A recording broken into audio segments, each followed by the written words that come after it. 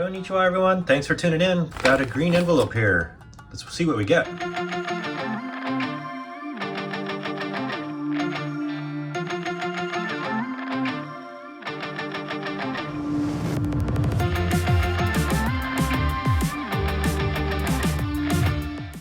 Howdy everybody, thanks for tuning in. Let's dive into this green envelope and see what kind of coolness we get inside here.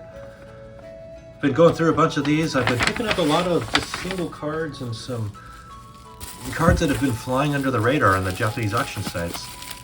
Starting to fill in some holes and starting to increase the catalog size of my book. When again, that book is expected to release here in the next about 3 or 4 months. It's called the Sumo, Menko, and Card Checklist. I'll probably do a review of that here at some point, but yeah, that's catalogs vintage sumo. It's catalogs modern sumo cards, and just about anything that was printed on a card sumo wrestling wise. I am trying to catalog that. So these here are M series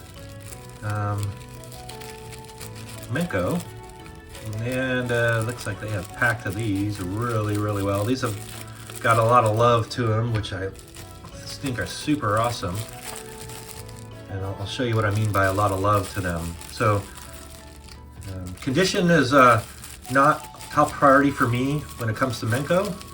These were meant to be played with in the game, so they're going to have some sort of damage, they're going to have some sort of character to them, and I think that just is really interesting to me because that's how they were intended to be used and played with. So I love them, and I certainly don't mind these being worn and things like that. But here we go. Let's dive into these. Here's, we got Yoshi Bayama. This is a gold one. You can see a little bit of the gold. These were winner stamps. Excuse me, winner Menko. You would buy a pack of cards, and if you got one of them that had a winner stamp, you would actually get a larger uncut sheet of these things. And this particular set here had the gold. You can see the gold outline, and then you can see it's all hand cut. But there you go. There's that. It's very cool. Let's put that back up there. Here we go. Yoshi Bayama. A lot of these will be doubles. Certainly, I've seen a lot of these before and have a lot of these cataloged. But this one, I think I picked it up for this actual Menko. This is a Kimarite. On this back, Yoshi Bayama. I don't think I have ever seen this particular Menko before, and as you can imagine, that's a huge deal for me. So I like to pick those up. I certainly am interested in trying to catalog as much as I can. Here's Niji Trump set. Here you go, Mitsuneyama. You can see that's pretty worn there. You got Mitsuneyama here. This one's nice. It's got his rank Maegashira, and so back when I cataloged these originally, a lot of that helped me figure out a year. He's got the Trump back, or the playing card back. Got a bunch of damage there, so these have all been played with in the game for sure. Another Mitsuneyama, so whoever had this loved their Mitsuneyamas. Let's see, here, Otachi. So again, these are all from the early to mid 1950s, 54, 55, 56. Here's again Niji Trump, and this was obviously named after you've got a playing card back. And in Japan, they call playing cards trump cards. So stayed true to that. So call these trump backs, and you got here we got a 7-digit fighting number there. Those were used kind of like a game of war. Whoever had the higher number would actually win the other person's Menko. You got a Otachi here, kind of a cool, unique back. I love these M series Menko, and a lot of people, when they collect sumo cards, they're actually starting off with this series of Menko, just because they're a lot more unique. Here's Matsunobori. You can see at the top Ozeki, so that's pretty cool. Matsunobori there. Here we go, a striped edge. Let's see, another Matsunobori. And this is different design. You can see the fighting number there. Got the rank and the height and the weight, and they've got a war-themed word here. That one says tank. So these were pretty common as kids were collecting these in the 50s. You would have things related back to war. Here's Asashio, who eventually became Yokozuna. This one, he's a Sekiwake. You can see from the rank there. It's pretty cool, striped.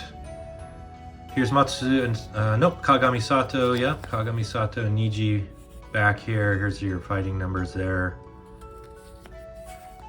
That one's pretty thin on the edges. Looks like somebody probably hand cut that. Either they were, this one came from a sheet, or they trimmed it up after it had been playing a while and the edges were destroyed. Yeah, here's another Koto Gahama, when he was back down at a Maegashira. Yeah, that's another cool black and white one. You don't see in this M series, you don't see these black and whites that often, so I'm pretty sure I picked it up for those. Here's another winner Menko. It's got gold. Kind of see that here. Shinobuyama. Huh, yeah. Rocketo on the bottom. You can see the playing card and that 3D effect there, and the 8 or 9 digit fighting number at the top, and then you've got your Guchokipa, rock, scissors, paper there in the middle. You can see this one's a little bit wider, so definitely either at the edge or really miscut that one. Shinobuyama. Shimizugawa here. Maegashira. This is a Kagome, so the very famous Menko company made this series here. Here's the 7-digit fighting number at the bottom. Shimizugawa. What do we have here? Hajimeyama there. We've seen that back before. I think I've called out the lightning back, but that's pretty cool. Yeah, Wakaseyama, or Wakabayama, I think. Or Wakabayama. Anyway, another of that lightning back. Yeah, Fusanishiki here. Let's see, got something on the back there, but that's the Niji set there. And then kind of rounding it off with another Otachi, that Niji trump back there.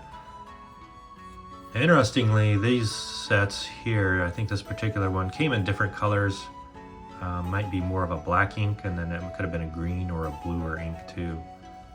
So there you go, a little bit of walk down history on, at least on M series Menko.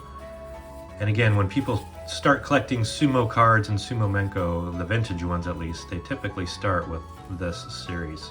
Just because they're fun, they're interesting, they're small, and they're collectible. So I appreciate everybody tuning in. Thanks, and let me know if you have any questions. Sayonara, bye.